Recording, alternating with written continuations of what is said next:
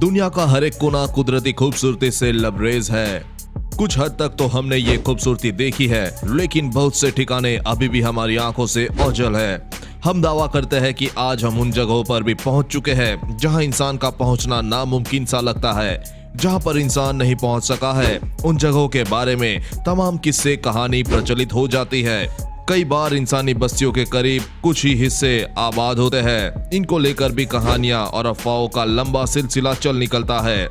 आपने न इसका नाम सुना होगा, न ही नक्शे में आसानी से ढूंढ पाएंगे, क्योंकि इसका वजूद ही इतना छोटा सा है। दिल के आकार का ये छोटा सा द्वीप बेहद खूबसूरत है। इस द्वीप में आपको चमड़े की तरह नजर आने वाली समुद्री घास मिलेगी। मौसम की मार झेलने वाले बड़े बड़े पत्थरों से इस जजीरे के तट बने हैं। स्कॉटलैंड में पाई जाने वाली इस दूसरी चट्टानों की तरह यहाँ की चट्टानों का रंग रूप भी वैसा ही है, लेकिन यहाँ आकर हर एक चीज हरकत करना बंद कर देती है। इस द्वीप से बहुत से किस्से, कहानियां, लोक कथाएं और रीति रिवाज जुड़े हैं। यहाँ बहुत से लोग तीर्थ यात्रा के लिए भी आते हैं। दिलचस्प बात यह है कि इस द्वीप पर सिर्फ एक दिन के लिए ही आया जा सकता है, बाकी 364 दिन यहाँ आना संभव नहीं है। ऑर्कन से ये सिर्फ 500 मीटर की दूरी पर है, फिर भी यहाँ आना आसान नहीं है। अगर आपके पास अपनी नाव है तो भी यहाँ आप नहीं पहुँच सकते, क्योंकि यहाँ बहने वाली नदियों में ज्वार भाटे इतने ज्यादा आते हैं कि वो आपका रास्ता रोक लेते हैं। ऑर्कन हेरिटेज सोसाइटी हर साल गर्मी के मौसम में यहाँ सैलानियों को लेकर आती है। इस सोसाइटी के जरिए ही आप इस जजीरे पर आ सकते हैं। ऑर्कन के लोग इस द्वीप से जुड़े कई तरह के किस्से सुनकर ही बड़े हुए हैं। यहाँ की पौराणिक कथाओं में इसे भूत प्रेतों का द्वीप भी कहा गया है।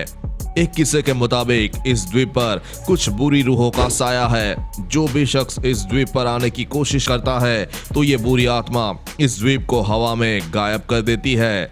कुछ कहानियों में तो यहाँ तक भी कहा गया है कि इस द्वीप पर रहने वाली जलपरियां सिर्फ गर्मी के मौसम में ही बाहर आती है।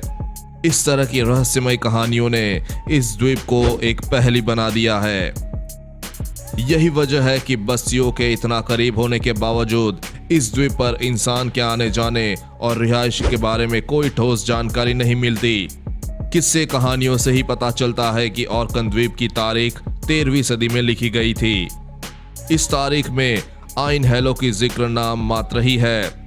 स्कॉटलैंड की हाईलैंड्स यूनिवर्सिटी के प्रोफेसर डैनली कहते हैं कि 1891 में यहाँ चूहों से पैदा होने वाली ताउन या प्लेग की बीमारी फैल गई थी, जिसकी वजह से यहाँ के लोगों को ये द्वीप छोड़कर जाना पड़ा।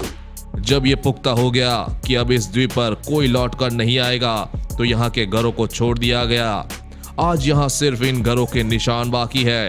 हालांकि प्रोफेसर डैनली के मुताबिक इंसानों ने इस द्वीप पर हजारों सालों पहले ही दस्तक दे दी थी। बहुत से ऐसे सबूत मिलते हैं जो बताते हैं कि ये आइन हेलो द्वीप पर इंसानों की आमदोरफ्त थी। यहाँ कुछ पुरानी इमारतों के मलबे मिलते हैं। इन्हें देखकर इस द्वीप की तारीख का अंदाजा लगाया जा सकता है। पुरातत्वविदों का कहना है कि खुदाई में यहाँ कुछ दीवारें ऐसी भी मिली है जो पोषण काल की है। आइन हेलो को होली आइल यानी पवित्र द्वीप भी कहा जाता है।